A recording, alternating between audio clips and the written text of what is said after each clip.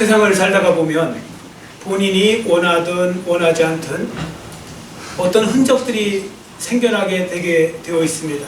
흔적에는 마음의 흔적도 있고 또 육신의 흔적도 있을 것입니다.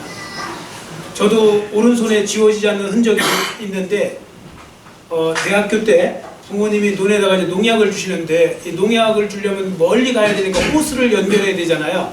호스가 막 100m도 되고 뭐 이러는데 그 호스를 이제 당겨주면서 하는데 그 릴에, 그 호스 감는 릴에 이게 잘못해갖고 거기 긁힌 거예요. 긁혔는데 그때는 뭐 피가 조금 나서 뭐 별거 아닌 줄 알았는데 이게 농약 성분이 있어서 그런 건지 이게 그냥 그대로 이게 그냥 흔적이 남는 거죠. 이게 이제 상처가 돼갖고 흔적이 남는데, 자, 그러면서도 제가 뭐 대단한 건 아니지만 이 상처가 부끄럽지는 않은 거예요. 오히려 이 상처를 보면 지금도 부모님은 안 계시지만 이거 딱 보다 보면 아, 옛날에 그 생각이 나는 거예요. 이게 뭐 어쩌다가 보면 아, 그때 이거 논에 이거 농약 줄 때 이렇게 했던 거지 하면서 이제 그런 생각이 들면서 오히려 마음에 이건 효도의 흔적이라고 생각하니까 뭐 자랑스러울 정도는 아니더라도 뭐 어쨌든 이게 기분 나쁜 흔적은 아니었다는 거죠. 여러분 생각해 보세요. 세상에는 의미 없는 흔적을 갖는 사람도 많고요. 수치스러운, 심지어 수치스러운 흔적을 갖는 분도 있어요. 괜히 술 먹고 시비 걸다가 남한테 얻어맞았어요. 그래서 생긴 상처는 그건 수치스러운 거죠. 부끄러운 거죠. 그러한 상처보다 남을 돕다가 상처가 생겼잖아요. 그건 좋은 상처고 그건 오히려 또 자랑스러운 것이 될 수도 있는 거죠. 그러니까 우리 몸에 흔적 남았다고 해서 무조건 나쁜 건 아니고요. 어떤 건 자랑스러운 흔적도 있을 수 있다는 겁니다. 자, 여기 계신 분들 중에서 이제 우리나라가 배출한 그 또 세계적인 발레리나 있지 않습니까? 그 강수진. 그분이 그 발 때문에 또 더 잘 알려져 있잖아요. 자, 앞에 보시면 왼쪽 발. 옆에가 이제 강수진 씨고 저분의 발이 이렇게 된 겁니다. 저 발가락 저거 더 리얼하게 보면 정말 뭐 어떻게 보면 징그러울 수도 있어요. 저게 다 어떻게 보면 기형이 돼버린 거예요. 발가락이. 자, 그런데 여러분 저거 다 상황 아시고 저 발가락을 보면서 지금 저걸 예쁘다고 생각하지는 않으실 거예요. 그러나 저 발이 아름답다, 감동적이다 이런 생각은 하실 겁니다. 얼마나 열심히 훈련했으면 저렇게 됐을까요? 제가 몇 년 전에 이 예술의 전당에서 산책하다가 저 강수진 씨 딱 봤는데 이렇게 지나가다가 딱 스쳤는데도 딱 보면서도 감동이 되더라고요. 그 저 발이 생각나는 거예요. 얼마나 했으면 저렇게 발이 저런 식으로 될까? 그만큼 연습을 많이 한 거죠. 제가 이렇게 여러분 흔적에 대해서 말씀을 길게 드리는 이유가 있는데요. 예수님을 믿는 사람들에게도 예수님의 흔적이 있어야 된다는 것을 말씀드리기 위해서입니다. 발레리나 정도 되면 저 정도의 어떤 흔적이 있어야 되듯이 예수님을 믿는 사람에게도 예수님의 흔적이 있어야 된다는 것입니다. 자, 여러분 생각해 보세요. 지금 말씀드린 저 발레리나를 한번 생각해 보세요. 어떤 발레리나가 자기 발이 다른 사람 발보다 더 예뻐요. 그럼 부끄러운 줄 알아야 되는 거예요. 훈련을 하나도 안 한 거예요. 내가 발이 더 예뻐. 그럼 그건 저런 식으로 안 돼 있다는 거잖아요. 그럼 그 사람은 자랑할 게 안 되는 거고 부끄러운 줄 알아야죠. 제가 아는 분도 저도 직접 이렇게 어떤 그 프로, 아니 그 아마추어 레슬링 선수 이렇게 만나서 보니까요. 진짜 귀가 뭐 만두기 뭐 이렇게 얘기하잖아요. 진짜 다 이렇게 어떻게 보면 뭐라고 그럴까요? 그 귀가 다 뭉개져 있어요.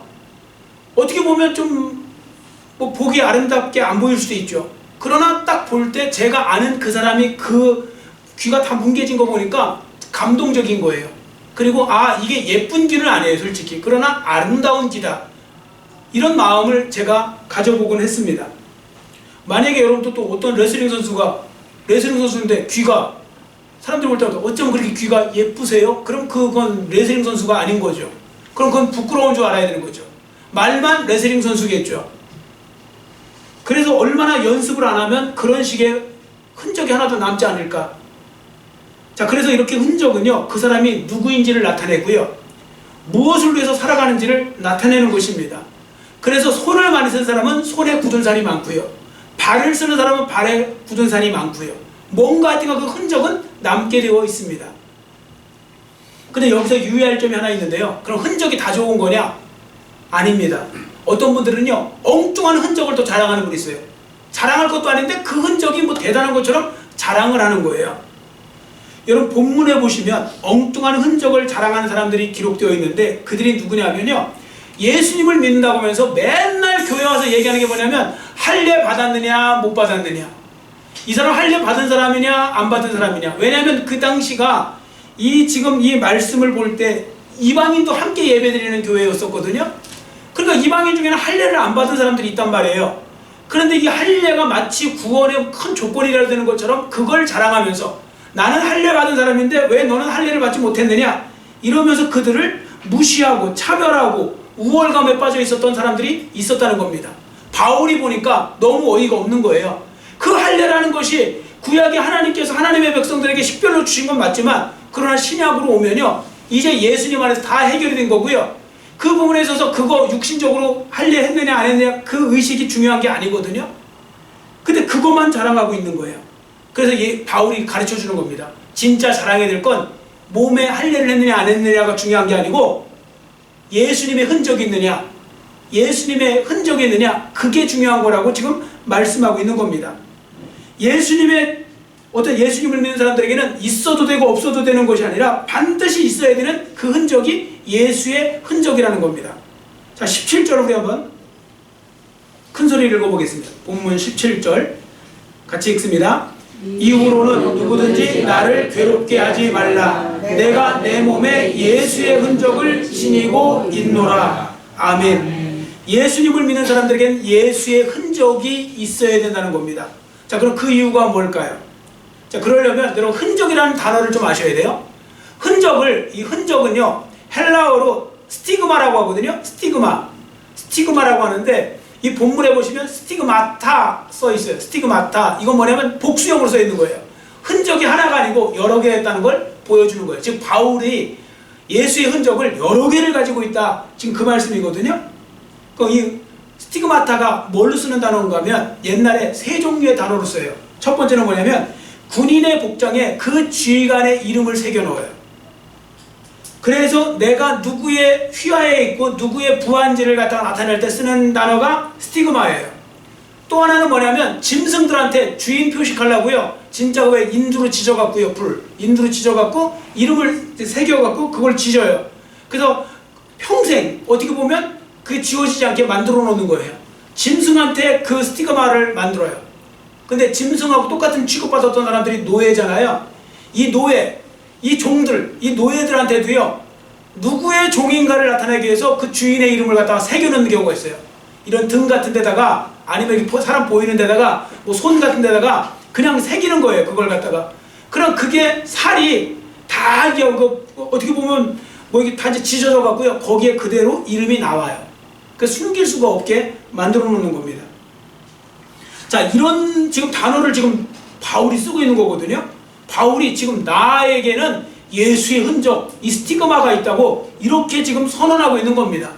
그러면 바울은 왜 이렇게 선언할까요? 여기에는 적어도 중요한 두 가지 이유가 있습니다.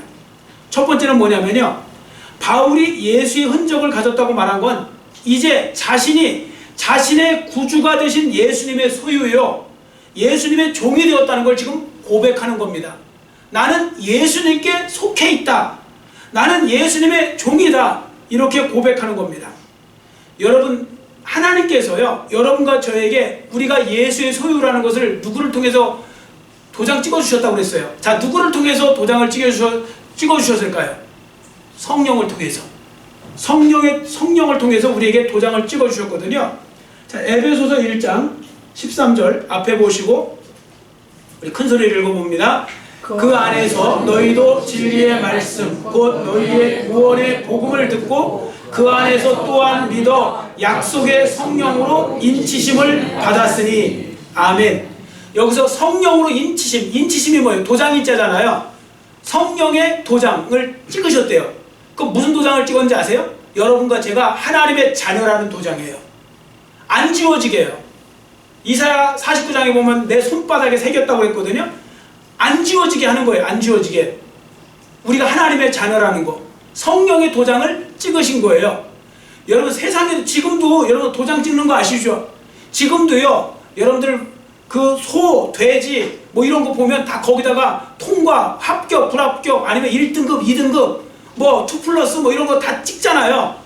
찍는 것처럼 벼도 수매하면요, 그 벼가마에다가 이게 뭔지 이렇게 다 또 찍어요. 그 검인을 한다고요.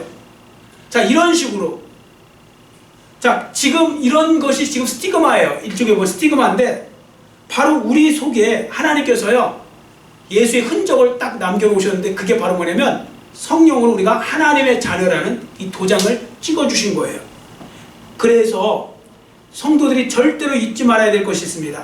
나는 예수의 흔적을 가진 사람이라는 것.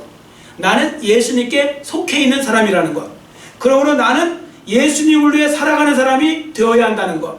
이 사실을 한시라도 잊지 말고 살아가시는 여러분 모두가 되시기를 축원합니다. 자, 그 다음에 바울이 예수의 흔적을 가졌다고 말한 건요, 자신이 오직 예수님을 위해 고난의 상처를 받은 사람이라는 것을 지금 나타내고 있는 겁니다. 그리고 앞으로도 그 고난을 감수하겠다는 결단이 들어가 있는 겁니다.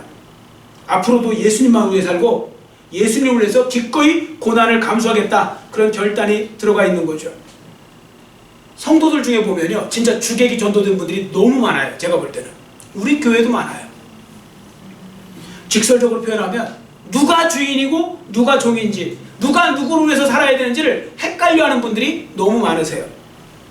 그 이유가 뭘까요? 조금 전에 말씀드린 대로 내가 예수님의 소유라는 생각을 못해서 그래요. 여러분, 어떤 성도들은 자기가 예수님의 것이 아니라 예수님이 자기 건 줄 알고 사는 사람들도 있어요. 자, 그런 분들은 어떻게 하는지 아세요? 자기가 예수님을 기쁘시게 해드리고자 하는 데는 아무 관심도 없고, 오로지 내가 예수님을 통해 어떻게 복을 받고 어떤 유익을 누릴까, 이런 것만 관심 있는 분이 있어요. 내가 예수님을 어떻게 기쁘게 해야 될까, 내가 하나님 나라를 위해서 무엇을 해야 될까, 이런 거에 관심 없는 분들 많아요. 그러니까 사는 목적도 모르고 사는 거예요. 사는 방향도 모르고요, 내가 왜 사는지도 모르고 그냥 막 살아가는 거예요. 사명도 없고 아무것도 없어요. 그냥 살아가는데, 예수 믿는다고 하는데 아무 그런 개념 없이 살아가는 분들이 많으세요. 왜 이런 현상이 생겨날까요? 여러분, 동요 중에 그런 노래 있잖아요. 갑자기 제가 이 말씀을 하다 보니까 그 동요 아시죠? 깊은 산속 옹달샘 누가 와서 먹나요? 맑고 맑은 뭐 옹달샘 누가 와서 먹나요? 그래서 어떻게 하죠?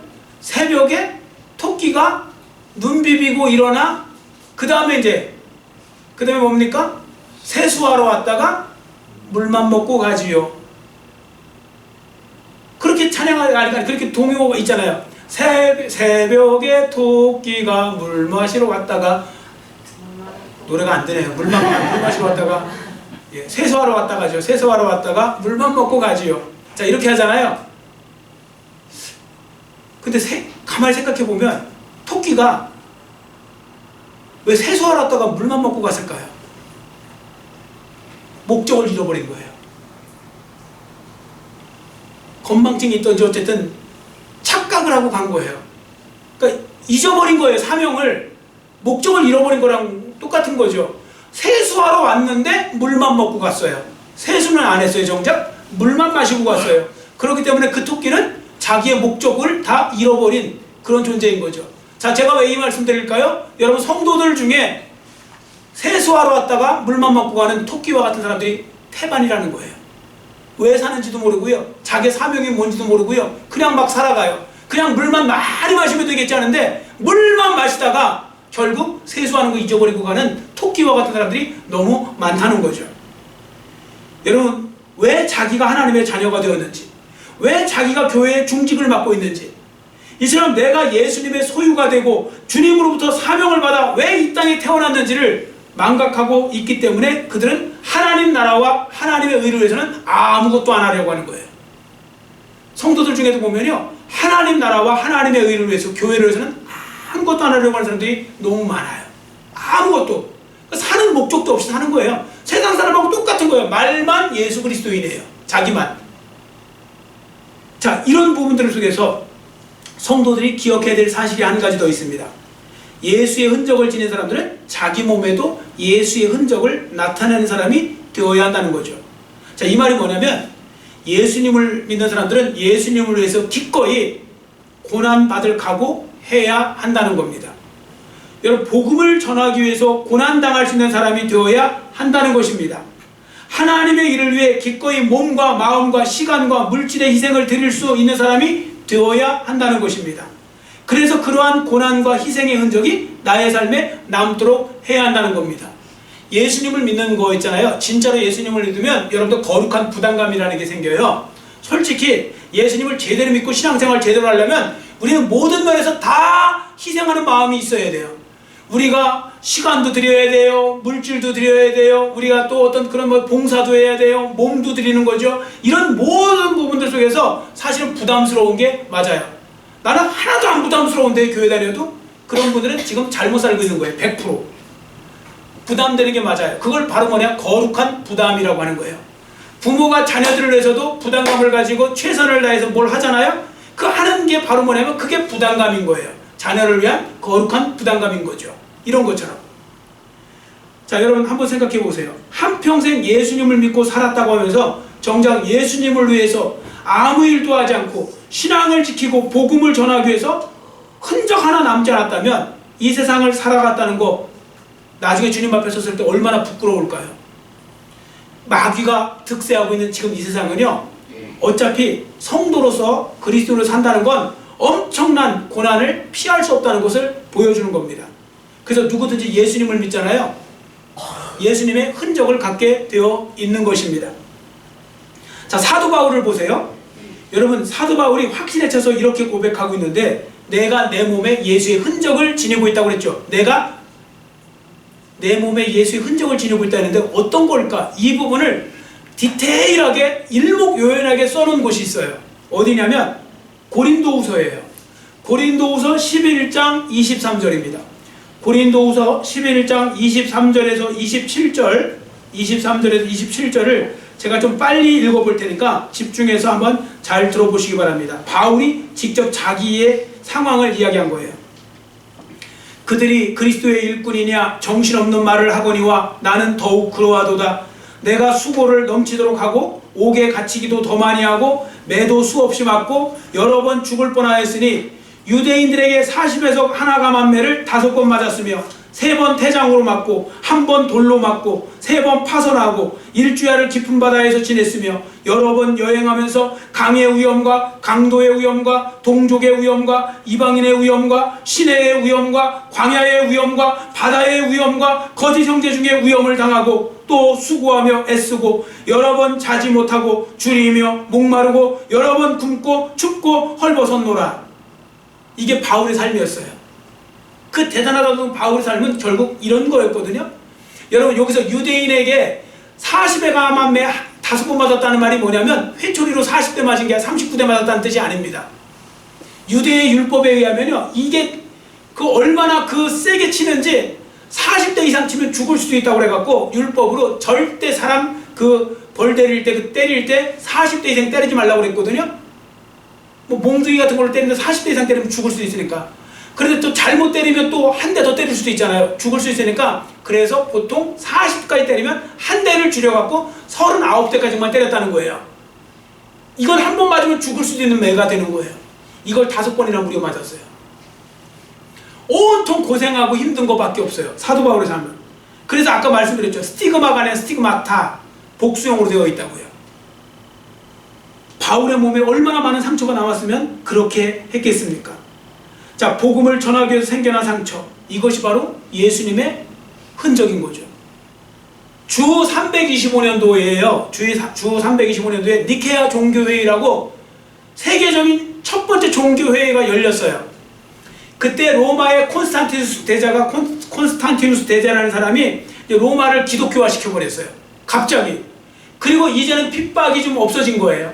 그리고서 이제 그동안에 모였던 사람들이 이제 성경을 이제 어쨌든 앞으로 정경화하고 뭔가 교회의 대책을 하기 위해서 모였는데 각 곳에서 300명 정도가 모였어요. 그 교회를 대표하는 사람들이 300명 정도가 모인 거예요. 그리고서 이제 한 분이 어떤지 감독이겠죠. 그분이 성례를 집회하려고 이제 집례를 하려고 딱 보니까요, 멀쩡한 사람이 하나도 없는 거예요. 참석한 사람들 대부분은 오른눈이 뽑힌 사람, 양손이 다 잘려버린 사람, 두 다리가 잘려버린 사람, 극심한 박해에도 이것저것 해갖고 온몸에 완전 상처 투성이 맨날 뭐 이렇게 보면 그 다 당한 거예요. 고난당한 거. 그런 거밖에 없는 거예요. 예수님 때문에 잡혀가서 고문당하고 고초당하고 눈이 뽑히고 팔다리가 잘리고 온몸에 흉터 자국이 있고 막 그런 거예요. 그때 그 모습을 봤던 그 성례식을 집례하던 그 감독이 이렇게 말했다고 합니다. 여러분, 우리는 주님을 위해 핍박을 받다가 온몸이 이렇게 되었습니다. 그러나 이것은 단지 고난의 흔적이 아니라 주님을 사랑했던 사랑의 흔적인 줄 우리는 압니다. 주님을 사랑했기 때문에 이 고난을 당했다는 겁니다. 주 앞에서 칭찬받을 가장 영광스러운 흔적이었다는 겁니다. 여러분, 우리가 이렇게 주님을 사랑했기 때문에 승리한 거 아닙니까? 주님을 사랑해서 몸까지도 진짜 예수의 흔적을 갖다가 남기는 그런 사람들이 있었다는 것입니다. 서울 신월동이라는 곳에 옛날에 어떤 작은 개척교회에 다리가 불구인 그 노총각이 있었습니다. 그 사람이 은혜를 받아서 열심히 전도를 하다는 거예요. 다리가 이제 불구인데도 그래도 최선을 다해서 복음을 전하라고 했으니까 복음을 전하는데 어느 날 갑자기 목사님이 보니까 막 거의 이제 피투성이가 돼갖고 왔대요. 그래서 깜짝 놀라서 왜 이렇게 됐느냐, 아니 무슨 일이 있었는 거냐 그랬더니 그가 하는 말이 지금 전도를 하러 어느 집에 갔는데 갑자기 그 사람이 화를 내면서 어디 우리 집에다가 쓰레기를 버리고 가느냐고, 전도지도 거기 왔더니 쓰레기를 버리고 가냐고 이제 뭐라고 그러더래요. 그래서 예수님 믿으셔야지 구원받는다고 그랬더니 이 병신아 너나 믿으라고 하면서 확 밀었대요. 그래갖고 이제 그게 굴러갖고 이렇게 된 거라고. 그러니까 이제 그런 상황에서 얼마나 사실 비참하게 했어요. 그때 그 찢어진 손에서 흐르는 피를 보면서 그 목사님이 그 형제의 손을 잡고 이렇게 위로해 주었다고 합니다. 힘내세요. 형제님은 지금 예수님의 흔적을 갖게 된 것입니다. 예수님의 좋은 흔적을 가진 거니까. 술 먹고 시비 걸다가 다치는 것보다는 1000배 만배 난 거 아니겠습니까? 여러분, 저는 이 말씀을 묵상하다가 문득 떠오른 말씀이 있었는데요. 요한계시록 13장 17절 18절인데요. 제가 읽어드릴게요. 잘 들어보세요. 요한계시록 13장 17절 18절 말씀입니다. 누구든지 이 표를 가진 자 외에는 매매를 못하게 하니 이 표는 곧 짐승의 이름이나 그 이름의 수라. 지혜가 여기 있으니 총명한 자는 그 짐승의 수를 세어보라. 그것은 사람의 수니 그의 수는 666이니라. 여러분, 이 666 이야기 많이 들어보셨죠? 근데 이건 제대로 잘 배우지 않으시면 엉뚱한 쪽으로 갈 확률이 높아요. 그래서 사실은 요한계시록은 여러분들 아무 데 가서 아무 이야기를 들으시면 안 돼요. 근데 이 666인데, 자, 이 말에 나오면서 뭐라고 했냐면 이 표를 준대요. 표를 어디다 하냐면 이마나 이 손목에다가 그 표를 받아요. 그럼 그 표를 받는 사람은 물건을 매매할 수가 있어요. 근데 그 표를 받지 못하면요, 그걸 물건을 살 수가 없어요. 그러면 그 표가 뭐냐? 짐승, 즉 마귀에게 경배하는 자에게 주는 표예요. 반대로 말하면 예수 그리스도를 버려야 받을 수 있는 거예요. 만약에 어떤 사람이 나는 예수님 계속 믿겠습니다 그러면 그 표를 못 받아요. 그러면 그 사람은 굶어 죽을 수도 있는 거예요. 그 666이거든요. 그래서 옛날부터 이게 이야기가 참 많이 나왔었어요. 도대체 그때 그 표가 뭐냐? 어떻게 전 세계를 그렇게 할 수 있다는 말이지? 모든 사람들을? 사실요, 몇십 년 전까지만 해도 이거 아무도 알 수 있는 사람이 없고 그냥 믿어 했던 거예요. 근데 지금요, 그 몇십 년 만에 모든 게 다 현실화돼 가고 있는 거 아시죠? 얼마 전까지만 해도요, 솔직히 몇십 년 전만 해도요, 신용카드 나오고 크레딧 카드 나와서 막 카드 나올 때요, 사람들 되게 놀랬잖아요. 그거 갖고 막 돈 대용하고 이러는 거. 지금 어디로 가고 있습니까? 지금 그것도 자꾸 잊어버리고 한다고 하면서 은근히 사람들 지금 유혹하면서 만들어내는 거 있죠? 그게 뭐냐면 칩을 심는 거예요. 베리칩 같은 거 심는 거예요. 또 지금 심는 회사도 있어요. 뭐냐면 쌀 한 톨만 하대요. 근데 제가 볼 때 쌀 한 톨보다 더 작아질 거예요. 기술이 점점 발달하니까. 과학기술이 또 그런 쪽으로 쓰일 거니까요. 그걸 다 심는 거예요. 그래서 여러분들 카드도 자꾸 잊어버리니까 야이 심고 댕기자 했는데, 진짜 심어서 제일 할 때가 어디냐면 손목이 제일 좋아요.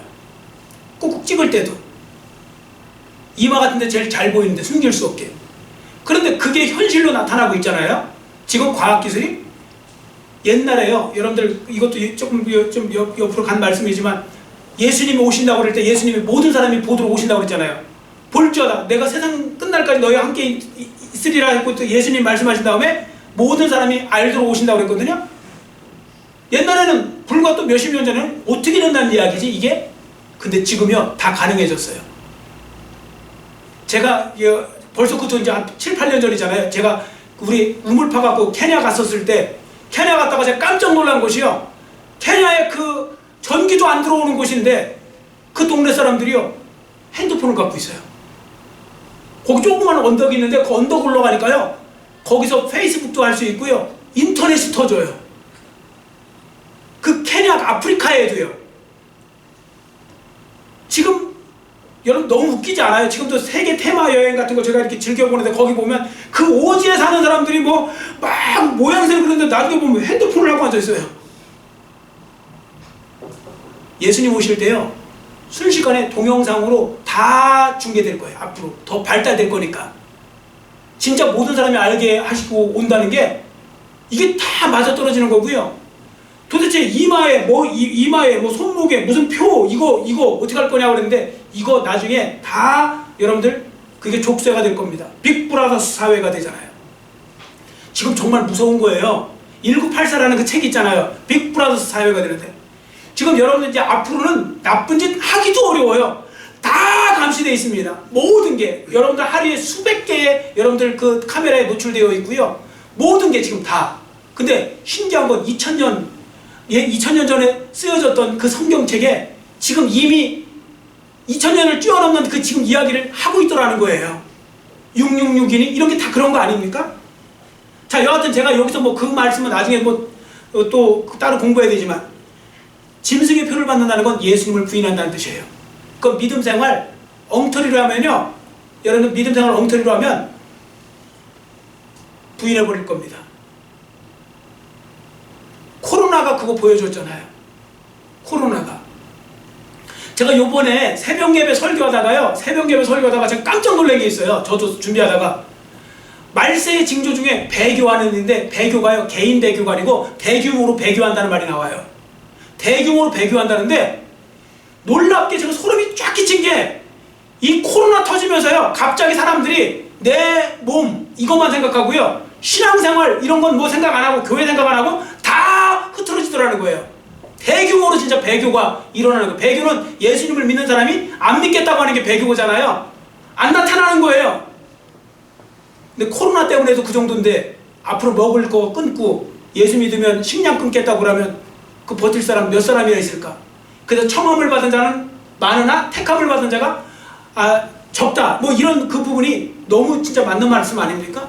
성경에 보면요 예수 믿고 천국 갈 사람이 생각보다 많지 않을 수 있다는 거예요. 말세로 가면. 근데 여러분 안타까운 게 뭔지 아세요? 그 말세에 지금 우리가 살고 있는 거예요. 여러분 과학기술 발전한다고 좋아하지 마세요. 제가 볼 때는 정확하게 지금 그대로 가고 있어요. 신기할 정도로. 지금 자연재해 일어난다는 말씀이 있죠. 마태복음 24장에. 지금 막 이제 온난화 이제 없어진다고 그러잖아요. 말이. 열대화로 바뀌었죠. 이제 지금 열대화로 바뀌게 되잖아요. 이제 점점 더 더워지고요. 막 더워지면 지진 더 많이 일어나고요. 막 홍수 더 많이 일어나고요. 막 난리 법석인 거예요. 홍수 많이 일어나는 데는요. 모기가 몇십 배, 몇백 배가 더 늘어난다잖아요. 그래서 홍수가 많이 일어나면 거긴 또 전염병으로 또 다 쓸어버리고 이쪽도 그 가뭄되는 데는 또 너무 뜨거우니까 불을 못 끄잖아요. 그리스도 지금 불을 못 끄고 있잖아요. 못 끄는 이유가 뭐냐면 너무 뜨거워서요. 뜨거우면 물을 뿌려도요 꺼지지가 않는다는 거예요. 이게 너무 얼마나 뜨거운지. 이런 현상들이 생기는데 지금 말세 중에 살고 있는데 아무 생각 없이. 그래서 예수님이 말세를 살아가는 성도들을 향해서 뭐라고 했습니까? 정신 차리고 근신하여 깨어 기도하고 더 말씀 가운데 살고 기도하며 살라고 말씀하고 있다는 거죠. 여러분 여하튼 중요한 건요 우리가 예수의 흔적을 가지셔야지 마귀의 흔적을 갖고 살면 안 되는 것입니다. 우리는 대충 살기를 원하지만 절대 마귀는 그렇게 내버려 두지 않는다는 거죠.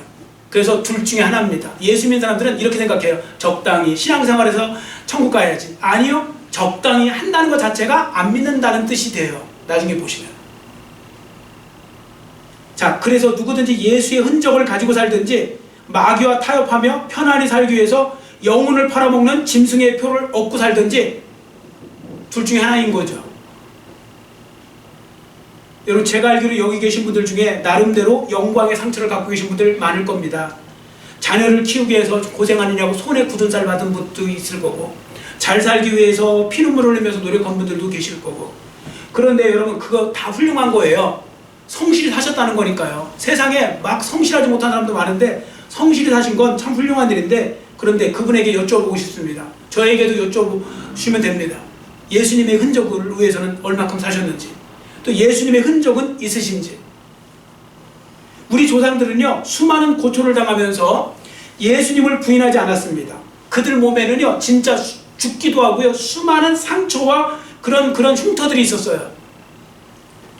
그리고 그런 상처가 아닐지라도요 얼마나 기도를 많이 했는지 무릎에 굳은 살이 배긴 사람도 있었어요. 또 어떤 사람은 요통에 평생 시달려요. 요통, 허리 통증. 왜 그러니까 너무 숙이고 기도를 많이 해갖고 요통에 시달려서도 한 사람이 있다는 거예요. 그렇게 사는 사람. 그럼 나에게는 이런 예수의 흔적이 있을까? 여러분 좀 극단적으로 한번 예를 들어볼게요. 여러분들 정말 하나님 나라를 위해서, 예수님을 위해서, 아니면 우리 교회를 위해서 걱정이 되고, 어떻게 하면 복음을 전할까? 어떻게 하면 영혼을 위해서 그 간절함을 가지고 밤새 무릎 꿇고, 아니 밤새 간절히 기도해 보신 적 있으세요? 있는 분도 있고 없는 분도 있겠죠. 자, 그런 모습들이 볼 때 우리가 정말 예수의 흔적을 나는 얼마큼 갖고 있을까 생각해 보면 아예 없는 분도 있을 수 있다는 겁니다. 예수의 흔적. 그냥 제가 좀 이해되기 쉽게 제가 제 경우를 말씀드려 볼게요. 여러분 제가 왼쪽 발에, 오른쪽 왼쪽 발에 첫 번째 엄지발가락, 두 번째 발가락이 빠진 적이 있어요. 빠져갖고 고생을 좀 했죠. 한꺼번에 두 개가 빠져갖고. 근데 왜 빠졌냐면 군대에 있을 때 축구를 하다가, 강원도는 워낙 돌이 많아요. 축구를 하다가 공을 찬 게 아니고 그 순간에 이제 돌을 찬 거예요. 돌뿌리를 차버렸으니 안 빠질 수 있어요? 그래서 빠졌어요. 발톱이 두 개가 빠졌어요. 근데 제가 봐도요 하나도 자랑스럽지 않고요, 하나님이 보셔도 별거 아닌 것처럼 보실 것 같아요. 아니 뭐 축구하다가 발가락 빠진 걸 뭘 그 자랑할 것도 아니잖아요. 그런데 그 다음 발가락, 그 다음 발가락이니까 다섯째 새끼 발가락이죠. 그 옆에는요, 거기는 진짜 흔적이 있죠. 동상이 걸린 거예요. 이 동상이 어디 제가 스키 타러 가다가 동상 걸린 거 아니에요. 청년 때 너무너무 새벽 예배가 드리고 싶고 집은 멀고, 그러니까 할 수 있는 방법이 일주일에 3번은 새벽 예배 드리자, 무슨 일이 있어도. 그리고 학교 가자, 대학 다닐 때. 그래서 제가 그때 교회에 와갖고, 여러분이 지금 아주 이 의자랑 비슷해요. 이렇게 생긴데 거기서 잠을 자는 거예요. 그런데 개척교회고 그 당시 벌써 몇십 년 전인데 이렇게 온풍기를 틀겠습니까? 난로가 있겠습니까? 그냥 자는 거예요. 그냥 자는데 1월 14일에, 날짜도 안 잊어버려요. 1월 14일 날 자고 일어났는데 이게 어떻게 하다가 발이 빠져나왔는지 어떻게 했는지 그날 이 동상이 걸린 거예요. 새끼 발가락에. 그래 그 다음부터는 제가 어떻게 했느냐면 잠을 잘 때 장갑을 발에다도 끼고 자고요, 손에다도 끼고 자고, 그리고 하고서 막 그냥 해서 자도요, 아침에 일어나면요 아실 거예요. 추운 데서 주무시다가 일어나 보면요 정말 속이 헌 게 정말 말로 표현할 수 없는 그런 마음의 그 속에 막 그 고통이 있어요. 그래도요 새벽 예배 한번 드려보겠다고 그 청년 때 그거 한 거예요. 근데 지금도 생각해 보면 하나님께서, 저는 진짜 제가 볼 때 지금도 엉망으로 살고 자꾸 뭔가 잘못된 삶도 엉터리 살고 있는 것 같은데도, 근데도 뭐가 하나님이 보면 또 되게 해주시고 되게 해주시고 되게 해주시는데, 근데 그때마다 자꾸 그 생각이 나는 거예요. 제 전도사 때도 아니고 아무 때도 아니고 꼭 청년 때 그 생각, 그리고 그 중에 그때 제가 새벽 예배 드리면서 자면서 그 발가락에 동상 걸렸을 때 그 생각이 자꾸 나는 거예요. 하나님 이걸 되게 이쁘게 보시는구나. 이거야말로 예수의 흔적이구나. 옆에 있는 건 축구하다가 어떻게 보면 발톱이 빠진 거고, 옆에 건 다시 보면 예수님을 위해서 새벽 예배 드리기 위해서 어떻게 보면 그 동상이 걸린 거니까 이건 예수의 흔적이구나. 여러분 예수님의 흔적이 꼭 몸으로만 나타나는 건 아닙니다. 어쨌든 지금 이 시간 잘 생각해 보시고, 나는 일평생 이렇게 오래 살았고 뭔가 오래 산 것 같은데 나는 예수님을 위해서 한 건 아무것도 없다, 생각이 안 난다. 그러면 이건 회개하셔야 되고요. 이제라도 기회가 있는 건, 살아있다는 건 기회가 있다는 거예요. 여러분이 지금 가시면 하고 싶어도 못해요. 살아있는 건 지금 기회를 주신 거예요. 다시 한번 여러분들이 그 기회를 잘 잡으시고 여러분 모두 예수의 흔적을 많이 남기시는 여러분 모두의 삶이 되시기를 간절히 빌고 원합니다. 기도하겠습니다. 사랑의 하나님 아버지, 감사합니다.